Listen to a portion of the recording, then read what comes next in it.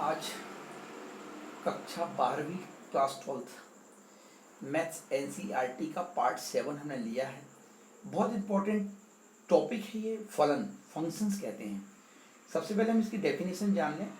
जब हम इसका बेस समझ लेंगे तो आफ्टर डेट हम इसके क्वेश्चंस को सॉल्व करेंगे, बहुत अच्छे से, बहुत जल्दी आपसे बनने लगेंगे। फलन के बारे में देती है। फलन एक विशेष प्रकार का संबंध होता है। नॉलेज के लिए रखना संबंध, अपन वैसे भी रिलेशन एंड फंक्शंस का पार्ट पढ़ रहे हैं। तो फलन एक विशेष प्रकार का संबंध होता है, रिलेशन होता है। परिभाषा, एक प्रकार की परिभाषा ऐसी दी जाती है। फलन एक नियम है जो दो समुच्चयों के बीच संगतता या करस्पॉन्डिंग स्थापित करता है। एक्चुअल डेफिनेशन क्या होती है अगर अपन बताएं तो यहाँ संगतता का मतलब आया करस्पॉन्डिंग। एक्चुअल डेफिनेशन क्या होता है, माना कि ए और बी दो कोई आरित समुच्चय है। ए और बी आरित समुच्चय का मतलब क्या हुआ, जो रिक्त समुच्चय नहीं होंगे, इसके अंदर कोई ना कोई अवयव होना चाहिए, तब समुच्चय ए से है ना। समुच्चय बी में एक फलन एफ, समुच्चय ए से समुच्चय बी में एक फलन एफ। एक नियम है जो समुच्चय ए के प्रत्येक अवयव, अब ए के प्रत्येक अवयव यहाँ पर थोड़ा सा ध्यान देने वाली बात है। ए के प्रत्येक अवयव मतलब एक से ज्यादा अवयव इसमें होना चाहिए, एक से ज्यादा अवयव इसमें होना चाहिए। मैंने यहाँ बिंदी बिंदी जो दिया, डॉट डॉट दे दिया है, ये समझिएगा आपका ए ए ए ए पूरे ए के स्थान है। सपोज करो मोर देन वन ए इसमें हैं, जो कि एलिमेंट्स है, सदस्य है, मेंबर है, अवयव हैं। किसमें, समुच्चय ए में उसके सदस्य हैं ए ए ए ए ए हैं। हम A1 A2 A3 A4 भी ले सकते हैं, लेकिन सभी A1 = A2 = A3 = A4 सब A हैं, तो A हैं। इसलिए कहा हमने ए के प्रत्येक अवयव ए को, तो एक अवयव को इंडिकेट कर रहा है। के संगत मतलब यहाँ पर ये आया बी। के संगत समुच्चय बी में, समुच्चय बी ये भी आरित था, समुच्चय बी का एक अद्वितीय अवयव बी निर्दिष्ट करता है। मतलब इसमें बी है, अद्वितीय। अद्वितीय का मतलब हो गया यूनिक, मतलब कोई दूसरा नहीं होगा, मात्र बी होगा। इसमें कितने ए होंगे, प्रत्येक ए के संगत इसके जो एलिमेंट होंगे वो बी में कौन होंगे, मात्र बी होंगे। समुच्चय बी का एक एलिमेंट है मात्र और अकेला, और सिर्फ अकेला, वो है बी। ये निर्दिष्ट करता है, कौन करता है, समुच्चय ए के प्रत्येक अवयव ए के संगत समुच्चय बी में एक अद्वितीय अवयव बी निर्दिष्ट करता है। इसमें एक से अधिक अवयव होंगे, ए ए ए ए जब तो कहा प्रत्येक, और यहाँ क्या कहा एक। तो शब्दों पे ध्यान देने वाली बात यह है कि यहाँ अंडरलाइन अगर अपन करते हैं तो यहाँ एक आ रहा, अच्छे से देखें आप, किसमें, बी के लिए मात्र एक है ये, जब तो अद्वितीय होगा। और यहाँ प्रत्येक आ रहा, प्रत्येक मतलब एक से ज्यादा ए रहे होंगे। ये वाली बात आपको क्लियर हो इतनी, ठीक है। चलिए आगे चलते हैं। यदि इफ एफ जो है, एफ को हमने क्या दिया, फलन दिया, फंक्शन दिया है। ए से बी में एक फलन हो, ए से बी में एफ एक क्या है मान लिया, फलन हो, समुच्चय ए से समुच्चय बी में, तथा A B belongs to small F मतलब फंक्शन। ए और बी जो एलिमेंट है इसको हमने क्रमिक युग्म के रूप में लिखे, जिसमें ब्रैकेट लगा क्रमिक युग्म है ये, या हम कह सकते हैं ऑर्डर्ड पेयर्स। क्रमिक युग्म में जो कि किस में बिलोंग करते हैं, बिलोंग्स टू का निशान है एफ में। तब ऐसी स्थिति में ए को लेते हुए अगर हम फंक्शन बनाएं एफ ऑफ ई, तो इज इक्वल टू क्या हो जाएगा, बी हो जाएगा। क्या हो जाएगा, बी हो जाएगा। ये वाली बात बता देखिएगा, समझिएगा। जहां पर जो बी है, जहां जो बी है को, किसको, बी को हम क्या बोल रहे हैं, बी को। यहाँ देखें या यहाँ देखें, यहाँ भी देख सकते हैं। बी को क्या कहेंगे, एफ के अंतर्गत, एफ के मतलब फलन के अंतर्गत ए का प्रतिबिंब, ए का प्रतिबिंब, तथा ए को बी का पूर्व प्रतिबिंब कहते हैं। तो बी को क्या कह दिया हमने, ए का प्रतिबिंब, किसके अंतर्गत कह दिया हमने, एफ के अंतर्गत। तो ए को क्या कहेंगे, ए को क्या कहेंगे, ए को बी का पूर्व प्रतिबिंब कहेंगे। फिर से रिपीट कर देते हैं, बी को ए का एफ के अंतर्गत प्रतिबिंब कहे तो ए को बी के अंतर्गत क्या कहेंगे, ए को बी का पूर्व प्रतिबिंब कहेंगे, किसके अंतर्गत, एफ के अंतर्गत। यहाँ तक क्लियर होगा।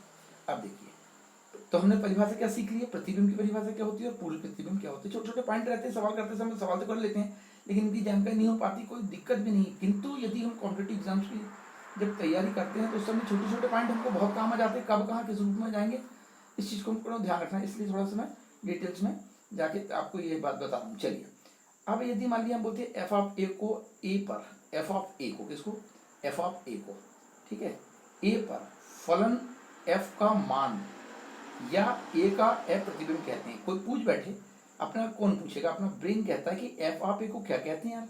तो एफ ऑफ ए को ए पर फलन एफ का क्या कहते हैं, मान, या ए का प्रतिबिंब एफ प्रतिबिंब कहते हैं। ठीक है, समुच्चय ए से समुच्चय बी में फलन एफ को F such that A tends to B से प्रकट करते हैं। ये फलन को प्रकट करते हैं। फलन करने का तरीका कि ए समुच्चय से लेके समुच्चय बी में फलन एफ को ऐसे दर्शाते हैं। एफ सच दैट का निशान है। चलिए, अब आपको ये देखने की बात है कि यहाँ जो ए है वो ए क्या है। तो अपन ने बात बता चुके हैं ऊपर कि क्या बता चुके हैं कि बी को किसको, बी को किसका, ए का प्रतिबिंब, तथा ए को किसका, बी का पूर्व प्रतिबिंब। और दोनों बात किसके लिए कहना है, एफ के अंतर्गत। रिपीट कर दिया मैंने बात ही बात में। अब देखिए, ऐसी स्थिति में F of A is equal to B जो यहाँ पर लिखा है, ये मैंने आपको जानकारियां दे चुका हूँ। क्या दे चुका हूँ कि तब F of A is equal to B होगा, जहाँ बी को एफ के अंतर्गत ए का प्रतिबिंब तथा ए को बी का पूर्व प्रतिबिंब कहते हैं। कब की बात थी, जब हमने एफ को ए से बी में एक फलन हो तो माना था कि ए बी जो है क्रमिक युग्म है, वो बिलोंग किसमें करता है, एफ में, फलन में करता है, तब की बात थी। चलिए, अब यहाँ पर हम मानते हैं कि किसी, ये तो बात आपकी क्लियर हो, इससे ज़्यादा इसमें कुछ नहीं समझना ज़्यादा डिटेल में। यहाँ परिभाषा तो तरह तरह से दी हुई है, इसलिए मैंने सबसे पहले बता दिया फलन एक प्रकार का संबंध होता है। फिर ये भी बता दिया कि दो समुच्चयों के बीच संगतता स्थापित करता है, एक नियम, जो नियम स्थापित करता है वो नियम एक्चुअल में फलन है। चलिए, अब हमारे पास बात आती है कि फलन का किसी फलन का प्रांत क्या होता है और उसका सहप्रांत क्या होता है। देखिए, किसी फलन का जो प्रांत होता है वो कैसे होता है समझना पड़ेगा आपको। तो आप ऐसा समझिएगा, माना कि एक हमारे पास फलन है F such that it tends to B. तो ऐसी स्थिति में हम ये कहते हैं कि जो ए है उसको एफ का, किसको, यहाँ देखिए एफ का ए को, या ए को एफ का, ए को इसका एफ का क्या कहते हैं, प्रांत, और बी को एफ का क्या कह देते हैं, सह प्रांत कह देते हैं, जिसको कोडोमेन कहते हैं सह प्रांत को, और प्रांत को क्या कहते हैं, डोमेन कहते हैं। यहाँ तक आपको बात एकदम क्लियर हो गई है। तो इस सह प्रांत की परिभाषा भी हो गई कि बी को एफ का सह प्रांत कहते हैं और ए को एफ का प्रांत कहते हैं। प्रांत मतलब हो गया हमारा डोमेन। ये छोटी छोटी बातें हैं आपको जो कि बनना चाहिए। अब मैं आपको जो बताने जा रहा हूँ ये कोडोमेन है, तो इसको बड़े अच्छे से देखने के लिए आप तैयार रहें। मैं आपको बताने जा रहा हूँ परिसर, और परिसर को कहते हैं एक्चुअल में रेंज। क्या कहते हैं, रेंज। तो ये मैं बताऊँ तो मेरी ऐसी इच्छा है कि आप इसको 1 मिनट के लिए ये यहाँ से लेके यहाँ तक रिपीट करिएगा, फिर मैं इसको परिसर की परिभाषा आपको 1 मिनट में बताता हूँ। अब देखिए, परिसर की बात हम कर रहे हैं, तो परिसर की परिभाषा क्या होती है। परिसर की परिभाषा के लिए बड़ा स्पष्ट है कि अगर आपको दिक्कत ना जाए तो समझने में। देखिए, सपोज करिए कि हमारे पास एक फंक्शन है F such that A tends to B. ये हमारे पास क्या दिया है, फलन दिया हुआ है। ठीक है, तब एफ के सभी प्रतिबिंब मानों का समुच्चय, क्या लिखेंगे, तब एफ के सभी प्रतिबिंब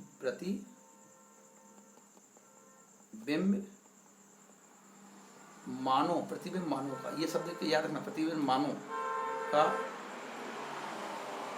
समुच्चय। ठीक है, the set of all images values of F. ठीक है, ये होता है अंग्रेजी का उसका कन्वर्सेशन, ट्रांसलेशन। एफ का प्रतिबिंब,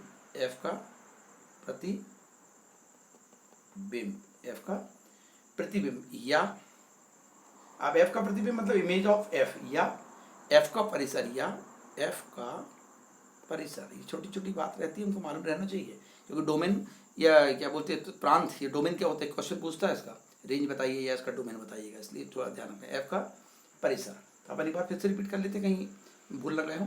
F such that it tends to B, अगर कोई फलन दिया हुआ है, माना हमने, सपोज करें, तब एफ के सभी प्रतिबिंब मानों का समुच्चय, कॉमन लगा दिए, एफ का प्रतिबिंब या एफ का परिसर कहलाता है। एफ का परिसर कहलाता है। ये वाली बात क्लियर हो जाएगी आपको। अच्छा, अब देखिए, जब यहाँ तक आपकी बात आ गई है तो हमको थोड़ा सा ये करना पड़ेगा, इसको हम काय से प्रकट करते हैं। इसे हम इम एफ, इसे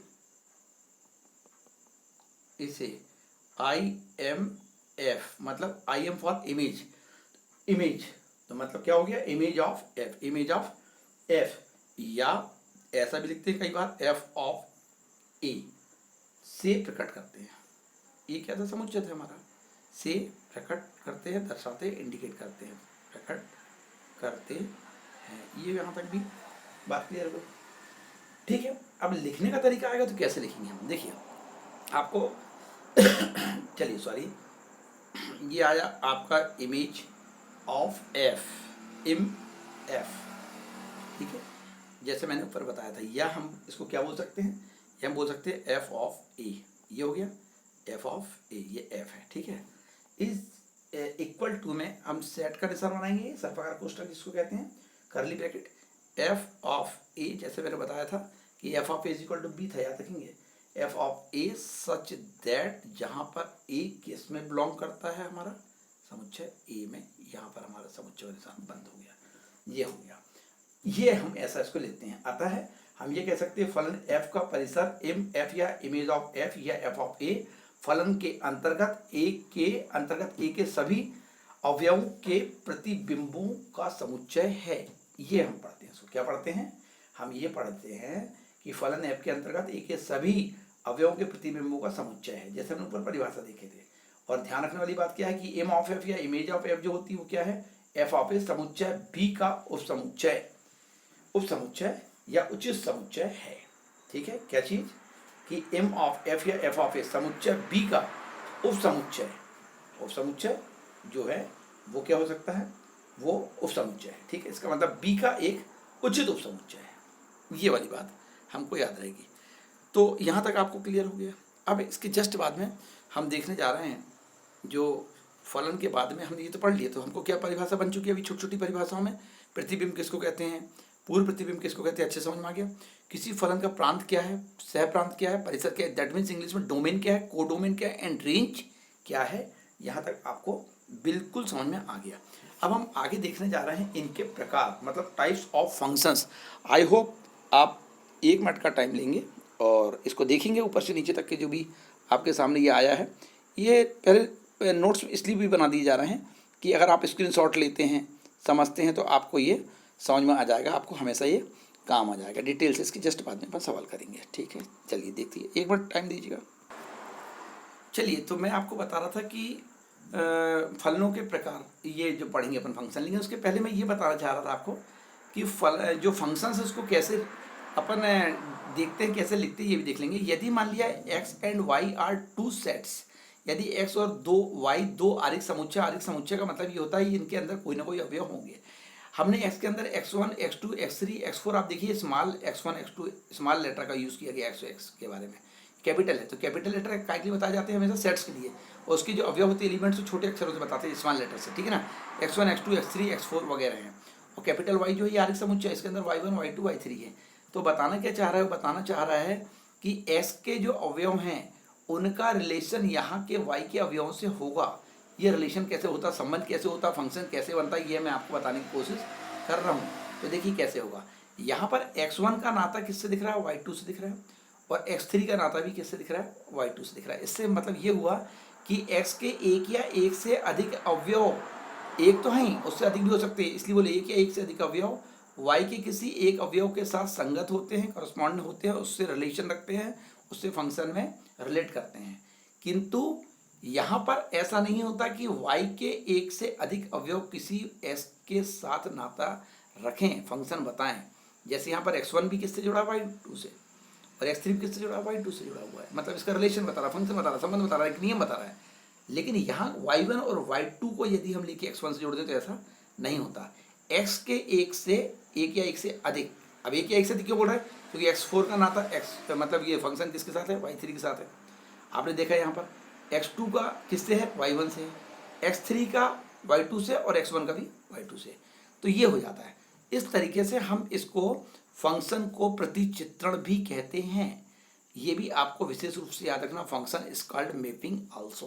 तो ये डेफिनेशन आपको बन जाएगी, फंक्शन को कैसे हम दर्शाते हैं। इसको लेके उसने यहाँ पर क्या बताया करता है, पॉइंट बताया करता है एक्चुअल में, ये बताने के लिए कि हम यहाँ पर इसके कैसे कर रहे हैं। ये जो रहते हैं डॉट जो बताया उसने, ये उसके एलिमेंट्स से रिलेट करता है, उससे जुड़ता है, उससे फंक्शन को बताता है, एक नियम के द्वारा जुड़ता है। ये उसने बताया फंक्शन की डेफिनेशन, जैसे आप बुक में देखते हैं कथी चित्रण के द्वारा इसको समझाया गया, इसलिए डेफिनेशन में बोल दिया कि function is called mapping also. अब देखिए, अब ये हमारा पूरा अभी तक तो ये क्लियर हो गया कि आज हमने क्या कंप्लीट कर लिया, फंक्शन, इसकी डिटेल से फिर डेफिनेशन पढ़ ली, इसके डिपेंड सवाल जो आएंगे ना डिपेंडेंट, उसको हम करेंगे अभी सवालों को। लेकिन हम जो इसके बाद में एक पीरियड अभी और लेंगे बेस का, वो आपको बता देंगे, फिर सवाल शुरू हो जाएंगे। तो फलनों के प्रकार आएंगे, मतलब टाइप्स ऑफ फंक्शंस आएंगे। तो ये क्या आते हैं, अंतरक्षेपी या इनटू फलन, नेक्स्ट उसमें पढ़ेंगे अपन, नेक्स्ट टाइम पे, नेक्स्ट सेशन में इसको देखेंगे अपन। नेक्स्ट पीरियड में बोलना चाहिए, सेशन बोलना चाहिए, नेक्स्ट पीरियड में बोलना चाहिए। आच्छादक फलन जो है इसको ऑन टू फंक्शन कहते हैं। एक एक ही फलन जो है इसको वन टू वन फंक्शन कहते हैं। एक एक ही आच्छादक फलन इसको one one onto function कहते हैं। देन एक एक ही अंतरक्षेपी फलन जो है इसको one to one into function कहते हैं। ये 5 जो फंक्शन हैं, इन फंक्शन को यदि मान लिया हम देखते हैं और समझते हैं बहुत अच्छे से, जो कि हम बहुत अच्छे से इसको देख लेंगे, समझ लेंगे, तो हमको इसकी जस्ट बाद में जो सवाल एग्जामिनेशंस की में आते हैं उसकी दृष्टि से अगर देखें तो हम पूरे सवाल बन जाएंगे और हम सवाल करेंगे भी। इन्हीं शब्दों के साथ आपको शुभकामनाएं हैं। और तारीख 9 को आपका पेपर है, बार बार आपको याद दिलाने की कोशिश की जा रही है, तो आप उसके लिए बिल्कुल अलर्ट रहिएगा और बिगर मतलब कोई टेंशन के, है ना, तैयारी करते जाइएगा। आपका पेपर बहुत अच्छा जाएगा। All the best.